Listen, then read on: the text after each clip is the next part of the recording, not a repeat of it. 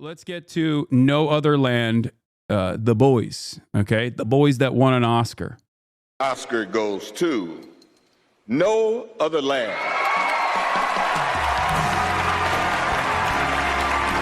This is the first Oscar and nomination for Basil Adra, Rachel Shore, Hamdan Bilal, and Hamdan Bilal. Abraham. Thank you to the Academy for the award. I'm very stoked and I'm very proud of you guys. This community raised $131,000 for No Other Land Rebuilding Alliance fundraiser. We raised $100,000 just while these guys were on the stream, you know? Amazing. Fantastic. I love this community. That is why at the end of the day, no matter what people say, none of that matters. We go ban for ban. All of these vice signalers out there who try to smear me and smear you as well, they got nothing. They got no motion. They have horrible, sad, pathetic lives. And all they do is try to actively take down a community that is doing good. They hate that we do good here. And that's why they just try to smear as best to the best of their ability. Okay.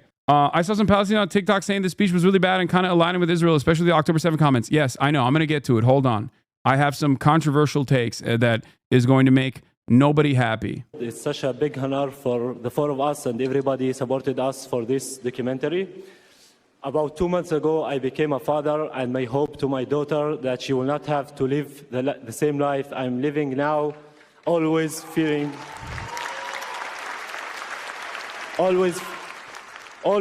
settlers' violence, home demolitions, and forest spill displacements that my community, Masafir Yatta, is living and facing every day under the Israeli occupation. No other land reflect the harsh reality that we have been enduring for decades and still persist as we call on the world to take serious actions to stop the injustice and to stop the ethnic cleansing of Palestinian people.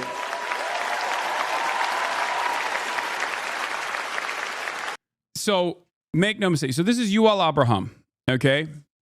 He was supposed to come on the broadcast as well, but he was traveling on the day that I had Basil and Hamdan on. So unfortunately, he couldn't make it. I've asked Noah to hit up the 972 people to get Yuval on as well. I'm working on, if he's still in Los Angeles, because he's, you know, probably very busy, considering he just won an Oscar. But I'm going to try to see if I can get him on as well. I've relied on his work in the past. I think he's a great investigative reporter. I don't fully agree with everything, and I don't agree with the framing that he engages with here, but it doesn't matter, okay? Because ultimately, he plays a very important role in this.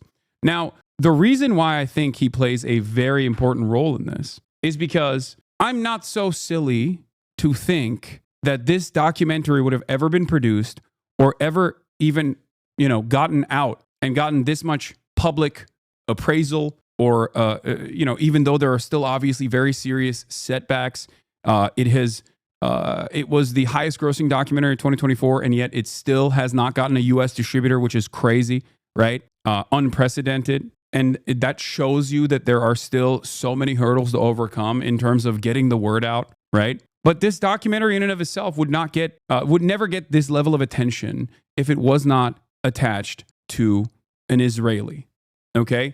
That is the reality. That is the sad reality. If you don't recognize that, I don't know what to tell you. There is no way. It just would not happen because, unfortunately, the way that Palestinians are treated by the Western world is like they are not real human beings, okay? They are actively dehumanized by those in positions of power. But because of that reason, I think it's important that there are people within Israel, within the ethno-supremacist state, that do put their names out there and their bodies out there alongside Palestinians to help give a voice to this struggle. I think this is ultimately a good thing.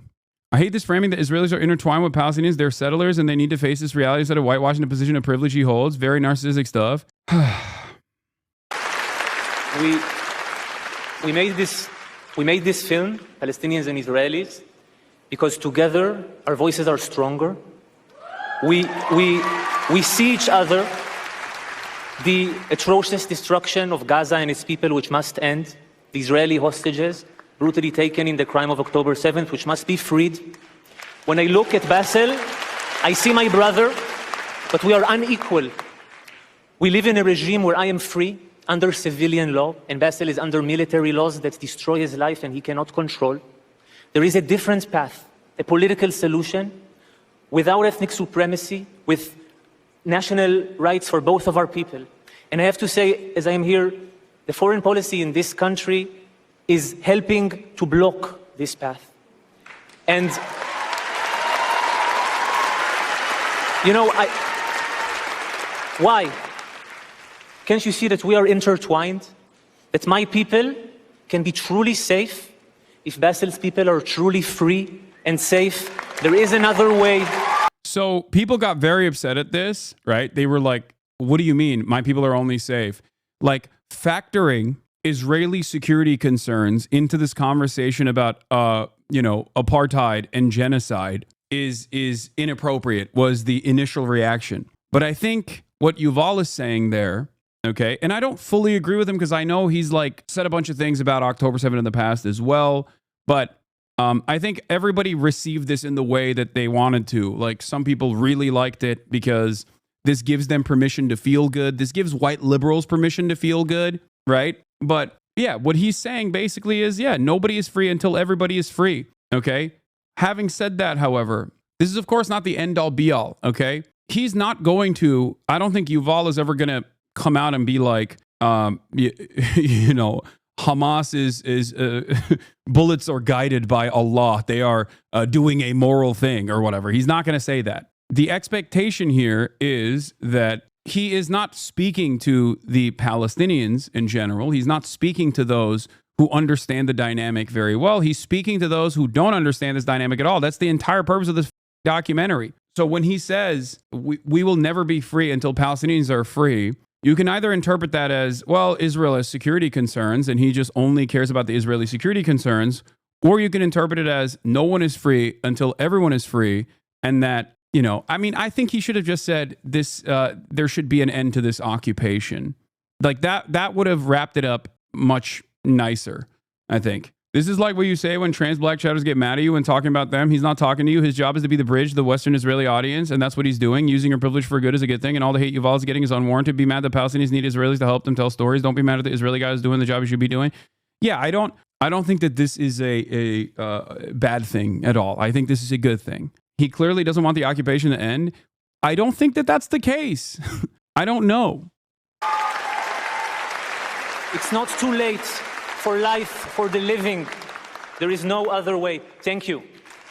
Like, even his invocation of October 7, I think, can be interpreted within the context of, like, October 7 happened because of the occupation. Yeah, there's a crime for undermining the crimes of October 7, classic fascist shit. He just can't, and it's okay for now. I think that this documentary winning an Oscar is a good thing. I will stand by that, because this documentary winning an Oscar is like, I don't think people understand what the issue of Palestine was like, especially in circles like Hollywood, okay? I know that a lot of you got really woke on this post-October 7, and you have these opinions, right? And you have these strong opinions, and that's understandable because you've seen incredible amounts of cruelty. Like, you've seen a direct genocide in real time take place. And that's like mind-boggling that other people don't see the reality that you see. But as someone who is 33 years old, I'm telling you, when I explain to you that as someone who has seen this play out in the Western world for the past 10 years, as someone who has been outspoken about Palestinian liberation, I cannot comprehend how we even got to this point. Hollywood is the number one foreign policy defenders, okay? Hollywood loves the State Department. They booed Michael Moore. They booed him off stage, famously. And Michael Moore is like a social democrat who's like, maybe we shouldn't be so violent. Like, that's all he said. And they were like, boo, yeah, kill yourself, you know? Yeah, Five Broken Cameras is the last Palestinian doc that was nominated. It lost in 2013 to Searching for Sugar Man, and the director was detained on entry into the U.S. Like, I cannot comprehend how far this movement has gotten in terms of especially like broad public appeal, but even institutional recognition. I'm never going to disparage that, because everything that I do, everything that I advocate for, I advocate while also taking a serious look at the material realities. I also advocate, or everything that I advocate for, I obviously factor in public collective consciousness on these issues. It's a massive, massive, and very significant moment. And yes, the sad reality of it is that this would have never happened if it was not attached to an Israeli investigative reporter. And even if I have my disagreements with some of the things that Yuval has said apparently on his Twitter and whatnot, it still doesn't matter. 972 Magazine and Local Call are fantastic investigative reporters inside of Israel. And if you are serious about covering the many different crimes that the Israeli state engages in, you need guys like him. That's it. You don't have to agree with everything that they say. You don't have to agree with their entire worldview, but they're doing an incredibly important job. In the face of untold amounts of cruelty that the Palestinians are subjected to, yes, they're using their position of privilege. Like, Yuval can go anywhere he wants. He can go anywhere in the United States of America. He can go anywhere he wants in the West Bank. His freedom of travel is not restricted in the same way that Basil and Hamdan's freedom of travel is restricted. Okay? Their families are constantly under threat. You should remind Chad that Basil's village also was reported on by Shireen Abu Akleh, bringing attention to the plight of Palestinians is a net good. Yeah. Shireen Abu Akleh reporting from the village featured in No Other Land. Sadly, just as the occupation forces killed the residents of the village, they eventually killed her too. Yeah. Just as I will not stand down from helping Americans, the Western audiences, understand how violent militant resistance occurs when a population is subjected to untold amounts of cruelty and violence themselves, and how that violence and the standard of that violence is set by the occupying entity, the more powerful force, the Israeli state in this process. And a reaction to that violence is always going to try to match the level of violence that Israel is subjecting the Palestinians to. Just like I will not back away from that commentary, I am not going to immediately cast aside people who might not agree with me every step of the way. My job and the role I see myself playing in the issues that I speak on is to actively bring more allies, is to actively convince more people to have an empathetic approach to those who are struggling. And a part of that, a big part of that, revolves around understanding that most people are victim to social conditioning. Social conditioning plays a major role in their lives and the way that they approach the world. And it's no different whether you live in Israel and you take for granted everything that the Israeli state has told you, everything that Israeli education has taught you, or if you live in the United States of America and you learn that, our founding fathers were good guys ultimately, but, maybe some of them hunt slaves. It's not a big deal, whatever, Maybe there was a little bit of genocide, or that America does a lot of violence, but it's actually ultimately at the behest of a greater good. I understand that if that is so many people's starting position, that I have to work to actively deprogram these people. And I can't do that by constantly yelling at them and saying that they're bad or problematic or evil. No one is evil. There is no such thing. No one is good or bad. Everyone is, at the end of the day, victim to their material circumstances, victim to social conditioning. And they can do evil things in the process, or they can do good things in the process, but we are still responding to shapes and colors. Peter Beinart says, this is what must scare AIPAC and its allies. They are winning politically but losing culturally. Their attack ads can't stop Blue America's shift in collective consciousness on the question of Palestinian freedom. If politics really is downstream from culture, they're in trouble. Here's completely unhinged piece on the leading Israeli site, Channel 12's Mako, claims that Yuval Avraham spoke in such an offensive manner about the state of Israel without understanding the consequence of the damage he causes, but that his body language shows he was lying. Analysis of body language leads to the hypothesis that there are strong interests driving Abraham's behavior. These guys in Israel cannot even comprehend how someone can see the Israeli state as ultimately doing a lot of evil, okay? They can't even comprehend it. They think like, oh, we must bring in a behavioral analysis. Analysis of body language leads to the hypothesis that there are strong interests driving Abraham's behavior. He wanted to say terror babies, but he stopped himself. Yes. He is being mind controlled by a puppet. It seems the puppet is Hamas and Iran. He must have been given the drug that Hamas has that makes you dap.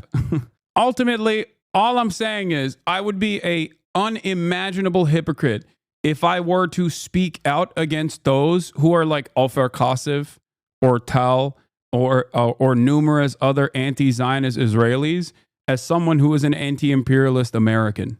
I live in America. I like America. I want America to reach its potential.